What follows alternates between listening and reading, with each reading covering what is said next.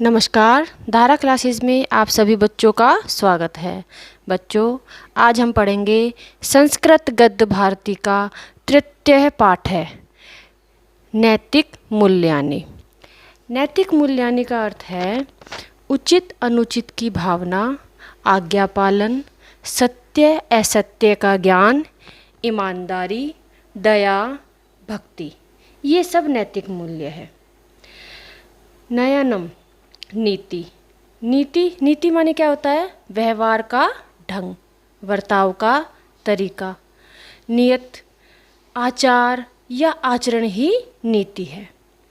नयनम यानी उचित, ठीक रास्ते पर ले जाना।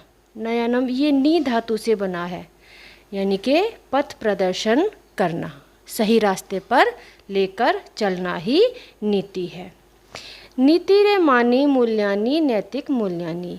ये नैतिक मूल्य ही नैतिक मूल्य कहलाते हैं। नीति के मूल्य ही नैतिक मूल्य कहलाते हैं। जैसे अच्छा व्यवहार, आचरण, ईमानदारी, दया, भावना, ये सब दूसरों के प्रति दया, दूसरों की सहायता करना, ये सब नैतिक मूल्य है। नैतिक मूल्य में जो व्यक्ति या परिवार, समुदाय आदि के लिए, लक्ष्य प्राप्ति के लिए इन मूल्यों को व्यक्ति धीरे धीरे ग्रहण करता है और अपने चरित्र और आचरण की निजी कसौटी बना लेता है। यही नैतिक मूल्य होता है। यथा शरण्या कार्यकरणेन मनुष्यस्य जीवनम सुचारु सफलच्च भवति सा नीति कथ्यते।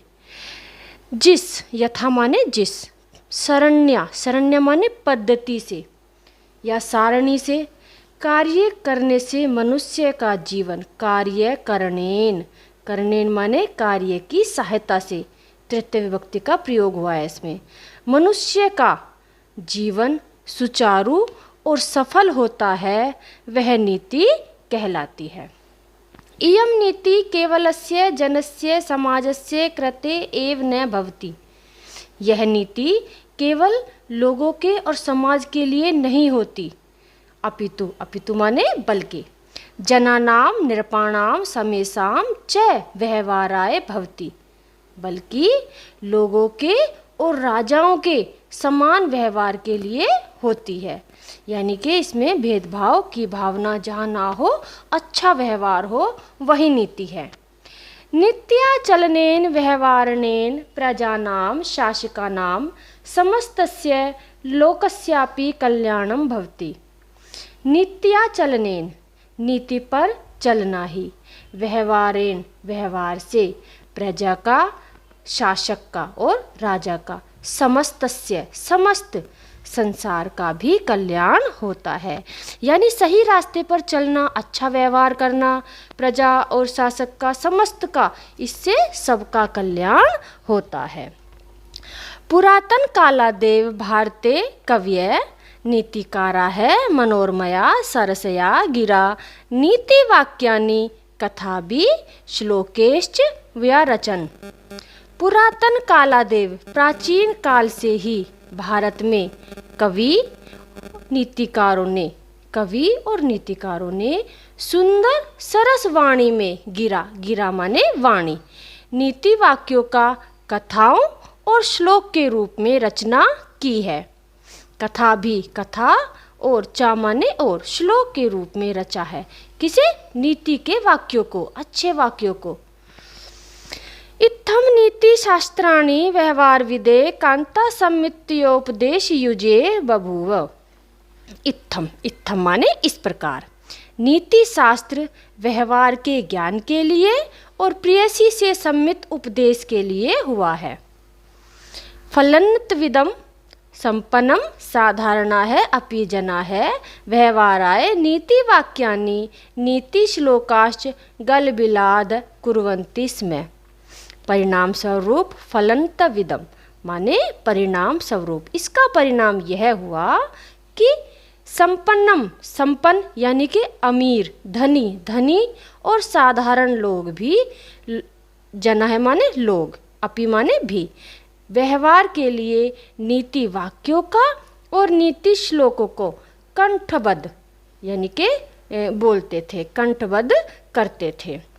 यथा चाणक्य नीति, विदुर नीति, वैदिलोपाख्यानम, पंचतंत्रम, शुक्र नीति, घटकर प्रकृत नीतिसार, सुंदर पांडेयेन कृता नीति द्विषष्टिका, भल्लाट शतकम, भर्तहरि कृतम नीति शतकम, भल्लाल शतकम, दृष्टांत शतकम इत्यादि बहूनि नीति पुस्तकानि संस्कृते उपलभ्यन्ते।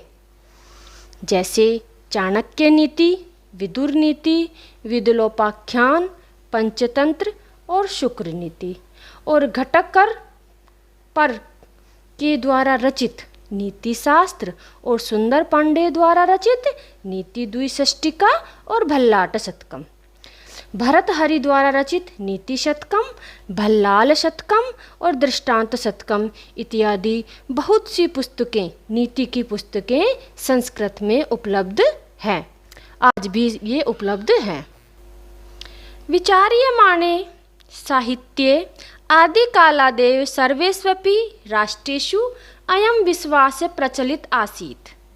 साहित्य में विचार किए जाने पर पता चलता है कि आदिकाल से ही सभी राष्ट्रों में यह विश्वास प्रचलित था। यत् माने कि काव्यस्य अन्येषु प्रयोजनेषु सत्स्वपि एकं मुख्य प्रयोजनं नैतिक परितोष है, कि काव्य और अन्य प्रयोजनों में एक मुख्य प्रयोजन नैतिक परितोष माने संतोष भी है, अपि माने भी है, कि काव्य और अन्य प्रयोजनों में एक मुख्य प्रयोजन नैतिक संतोष भी है। प्लेटो, अरस्तु, पेटर, होरेस आदि सर्वे विचार के काव्यस्य मुख्यं प्रयोजनं नैतिक विकास एवं स्वीकृत है। प्लेटो, अरस्तु, पेटर, होरेस आदि विचारक जो ये महान विद्वान हैं, महान कवि हैं, इनके काव्य में एक मुख्य प्रयोजन है नैतिक विकास। इन्होंने यह स्वीकार किया है। इन सभी विचारकों ने एक मुख्य प्रयोजन नैतिक विकास को स्वीकार किया है। नैतिक मूल्य व्यक्ति सामाजिकी प्रतिष्ठा भी वर्तते। नैतिक मूल्य से व्यक्ति की सामाजिक प्रतिष्ठा बढ़ती है। वर्धते माने बढ़ती है, प्रतिष्ठा मान सम्मान बढ़ता है। यदि व्यक्ति का आचरण अच्छा होता है, व्यवहार अच्छा होता है, तो उसकी समाज में प्रतिष्ठा भी बढ़ती है, उसे सम्मान मिलता है। मानव कल्याणाय नैतिकता आवश्यकी। मनुष्य के कल्याण के लिए, कल्याणाय माने कल्याण के लिए, इसमें चतुर्थी विभक्ति संप्रदान कारक लगा है। मनुष्य के कल्याण के लिए नैतिकता आवश्यक है। नैतिकते व्यक्ति समाजस्य, राष्ट्रस्य, विश्वस्य कल्याणं कुरुते। नैतिकता से व्यक्ति समाज का और राष्ट्र का, विश्व का कल्याण करते हैं। यदि व्यक्ति का व्यवहार अच्छा हो और उसके समाज में सम्मान वगैरह प्राप्त होता है, तो उसकी समाज में प्रतिष्ठा बढ़ती है और इससे समाज का, राष्ट्र का और पूरे विश्व का कल्याण होता है। नैतिकताचरणे ने मनुष्येषु त्याग, तपस्या, विनय, सत्य, न्यायप्रियता एवं अन्येपि मानवीयाः गुणाः उत्पद्यन्ते। नैतिकता के आचरण से मनुष्येषु, सप्तमी विभक्ति का प्रयोग है बहुवचन का, मनुष्येषु मनुष्यों में त्याग, तपस्या, विनय, सत्यम और न्यायप्रियता एवं अन्य भी, अन्य माने और दूसरे भी मानवीय गुण उत्पन्न होते हैं। नैतिकता के आचरण से, अच्छे आचरण से मनुष्य में ये सब गुणों की वृद्धि होती है, जैसे त्याग, तपस्या, विनय, विनय माने नम्रता, सत्य, सत्य बोलना, झूठ नहीं बोलना है, न्यायप्रियता यानी कि सही तरीके से हमें बस न्याय के प्रिय होने चाहिए। कहीं अगर गलत काम देख रहे हैं, बुरा कार्य देख रहे हैं, तो उसे नहीं, हमें उसकी तरफ ध्यान नहीं देना चाहिए। न्यायप्रियता एवं अन्यपि मानवीय गुणा उत्पद्यन्ते, और भी अन्य गुण मानव में उत्पन्न होते हैं। नैतिकतया मनुष्य अन्य प्राणिभ्य भिन्न जायते। जो नैतिकता युक्त व्यक्ति होते हैं, अच्छा आचरण होता है, अच्छा व्यवहार होता है, वह मनुष्य अन्य प्राणियों से भिन्न होता है। तदाचरणेन व्यक्ते समाजस्य च जीवनम अनुशासितम निष्कंटकम च भवति। उस आचरण से व्यक्ति का समाज का जीवन में अनुशासन बिना किसी कारण के होता है।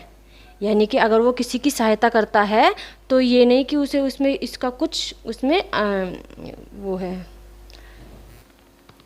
उसमें यदि वह किसी की सहायता करता है तो उसमें उसका कुछ लाभ है, बिना किसी लाभ के, बिना किसी कारण के वह सहायता करता है। व्यक्ति समाजस्य वर्गस्य देशस्य च समुन्य अवसरो लभ्यते। व्यक्ति समाज का, वर्ग का और देश का सामान्य अवसर, अन्य अवसर भी प्राप्त करते हैं। समाज ईर्ष्या द्वेष च छल कलहादि द्वेषभ्य मुक्तो भवति।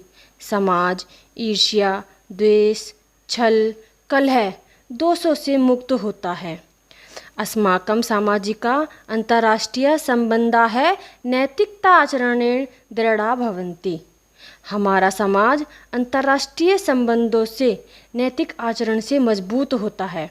अतः नैतिकता शब्द सच्चरिता वाचका है, सुखमय मानव जीवनस्य आधार अस्ति।